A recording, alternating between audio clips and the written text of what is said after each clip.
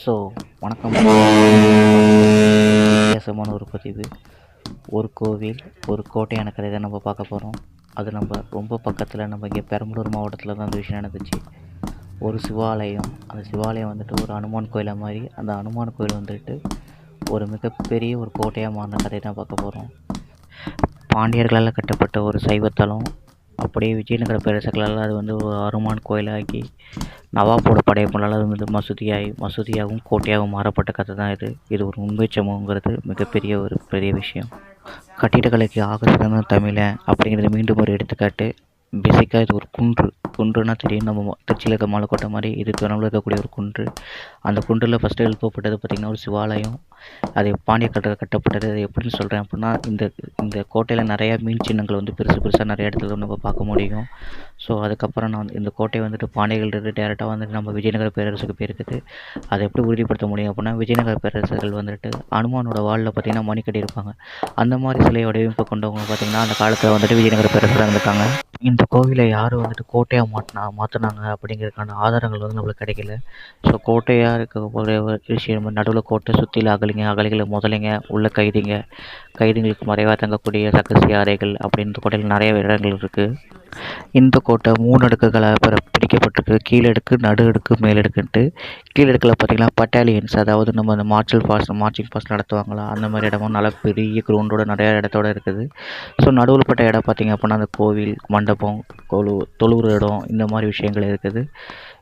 மேலே பார்த்திங்க அப்படின்னா மேலடுக்கு. நிறைய இடத்துலேருந்து நம்ம வந்துட்டு நம்ம எல்லாத்தையும் வியூ பண்ணுறதுக்கான நிறைய இடங்கள் நமக்கு இங்கே நிறையாவே கிடைக்கிது. ஸோ கீழடுக்கை பொறுத்த வரைக்கும் வீரர்களுக்கு கூடாரம் வச்சு தங்குறதுக்கான இடமும், அதுக்கப்புறமேட்டு அவர்கள் சமைத்து தங்கக்கூடிய இடமும் இங்கே நிறையாவே கொடுக்கப்பட்டிருக்குது.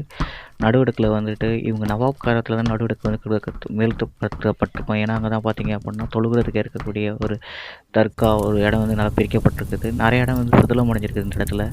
காரணம் வந்து பார்த்திங்க அப்படின்னா அடுத்தடுத்து படையெடுப்புகள், அடுத்தடுத்து பராமரிப்புகள் காரணமாக வந்துட்டு இந்த இடத்துல நிறைய விஷயம் சிதிலம் அடைஞ்சிருக்குது.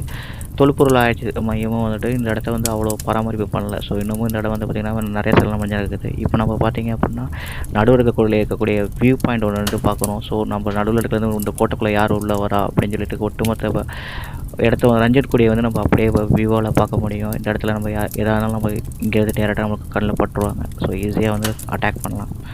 இந்த கோட்டை பார்த்திங்க அப்படின்னா மலையோடு சேர்ந்து நம்மள கட்டடத்தையும் கல்லை வச்சு ஏற்றிருப்பாங்க. ஸோ இது மலையில் கட்டியிருக்காங்களா இல்லை கல்லில் மலையாக இருக்குதா அப்படின்ற விஷயம் நம்ம நிறையவே சந்தேகங்கள் இருக்கும். இந்த கட்டடத்தில் ஆங்காங்கே பார்த்திங்கன்னா இந்த வீரங்களை வச்சு தாக்குறது, இந்த வீரர்களுக்கு ஈட்டி விட்டு தாக்குறதுக்குன்னு கோட்டைகள் வந்து நிறைய இடத்துல ஹோல்ஸ் பண்ணியிருப்பாங்க. அதே பார்த்திங்கன்னா இங்கே ஆஞ்சநேயர் கோட்டையோட மேல்தளத்துக்கு போயிட்டாங்க அப்படின்னா மேல் மட்டும், அதாவது இந்த வீரர்கள்லாம் வந்துட்டு ஊரை சுற்றி பார்ப்போம்ல, அது அவங்களோட கோட்டையை சுற்றி பார்க்கறதுக்கான தட்டுகள் வந்து 2 மேல் தட்டும்பாங்க. அது வந்து 2 இருக்கும். ஒன்று வடக்காலையும் ஒன்று வந்து மேற்காலையும் இருக்கும். ஸோ வந்து வடக்கால கவர் பண்ணுறவங்கள ஃபுல்லாக நம்ம வடக்கால பார்த்துக்கலாம். மேற்கால இருந்து பார்க்கக்கூடிய விஷயங்கள் நம்ம மேற்கால இருந்து கவனிச்சிக்கலாம்.